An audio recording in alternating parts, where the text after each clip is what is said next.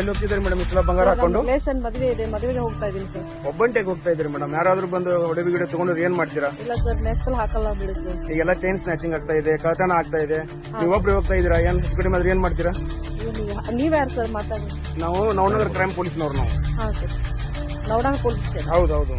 ನಿಮ್ದು ಇನ್ಫಾರ್ಮ್ ಇಲ್ಲ ಏನಿಲ್ಲ, ಪೊಲೀಸ್ ಅಂತ ಹೆಂಗೆ ನಂಬೋದು ನಾವು? ಕ್ರೈಮ್ನವರು ಇನ್ಫಾರ್ಮ್ ಹಾಕಲ್ಲ, ನಾವು ಕಲರ್ ಡ್ರೆಸ್ ಅಲ್ಲಿ ಸುತ್ತಾಡ್ತಿರ್ತೀವಿ. ಇದೆಲ್ಲ ನಾವು ಪೊಲೀಸ್ನವರು ಗೋಲ್ಡ್ ಬಗ್ಗೆ ನಿಮ್ಗೆಲ್ಲ ಚೈನ್ ಸ್ನ್ಯಾಚಿಂಗ್ ಆಗ್ತವೆ, ಕಳ್ತನ ಆಗ್ತವೆ, ಜಾಗೃತಿ ಮುಟ್ಟಿದ್ರು ನೀವು ಮತ್ತೆ ಅದೇ ಕೆಲಸ ಮಾಡ್ತಿಲ್ಲ ಮೇಡಮ್. ಈಗ ಒಂದ್ ಕೆಲಸ ಮಾಡಿ ಮೇಡಮ್, ನಮ್ ಖರ್ಚಿಪಲ್ಲಿ ನಿಮ್ದೆಲ್ಲ ಬಂಗಾರ ಹಾಕಿ ನಿಮ್ ಸೇಫ್ಟಿ ಆಗಿ ಕೊಡ್ತೀವಿ, ಬ್ಯಾಗಲ್ಲಿ ಹಾಕೊಂಡು ಹೋಗಿ. ನೀವು ಸೇಫ್ಟಿ ಆಗಿ ನಮ್ಗೆ ವಾಪಸ್ ಕೊಡ್ತೀನಿ, ಹೀಗೆ ಕೊಡ್ತೀನಿ ಮೇಡಮ್ ನಿಮ್ಗೆ.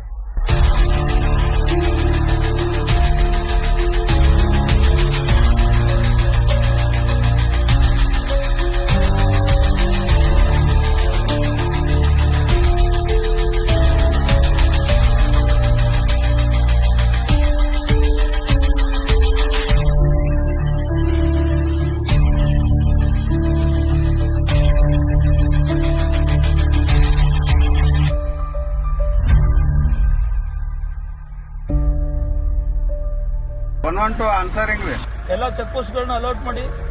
ಒಂದು ಬ್ಲಾಕ್ ಪಲ್ಸರ್ ಬೈಕ್ ಮೇಲೆ ಇಬ್ರು ಜೀನ್ಸ್ ಹಾಕೊಂಡಿರೋರು, ಒಬ್ಬನ್ ಟಿ ಶರ್ಟ್ ಹಾಕೊಂಡಿದ್ದಾನೆ, ಒಬ್ಬನ್ ಶರ್ಟ್ ಹಾಕೊಂಡಿದ್ದಾನೆ.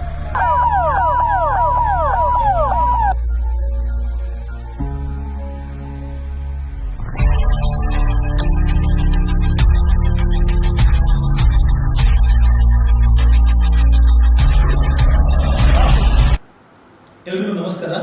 ಇದೊಂದು ಅನುಕ ಪ್ರದರ್ಶನವಾಗಿತ್ತು ಬಾಗಲಕೋಟೆ ಜಿಲ್ಲಾ ಪೊಲೀಸ್ ವತಿಯಿಂದ. ಹೇಗೆ ಗಮನನ ಬೇರೆ ಕಡೆ ಸೆಳೆದ್ಬಿಟ್ಟು ವಂಚನೆ ಮಾಡ್ತಾರಂತ ಹೇಳ್ಬಿಟ್ಟು, ಸೊ ಇಂತಹ ಅಪರಾಧಗಳಿಗೆ ಬಲಿಯಾಗಬೇಡಿ. ಇದಕ್ಕೆ ಅಟೆನ್ಷನ್ ಡೈವರ್ಷನ್ ಅಂತ ಕರೀತಾರೆ. ಜಾಗರೂಕವಾಗಿರಿ. ಏನೇ ಒಂದು ಸಮಸ್ಯೆ ಬಂದ್ರೂ, ಏನೇ ಒಂದು ಎಮರ್ಜೆನ್ಸಿ ಬಂದ್ರೂ 112ಗೆ ಕರೆ ಮಾಡೋಕ್ಕೆ ಮರಿಬೇಡಿ.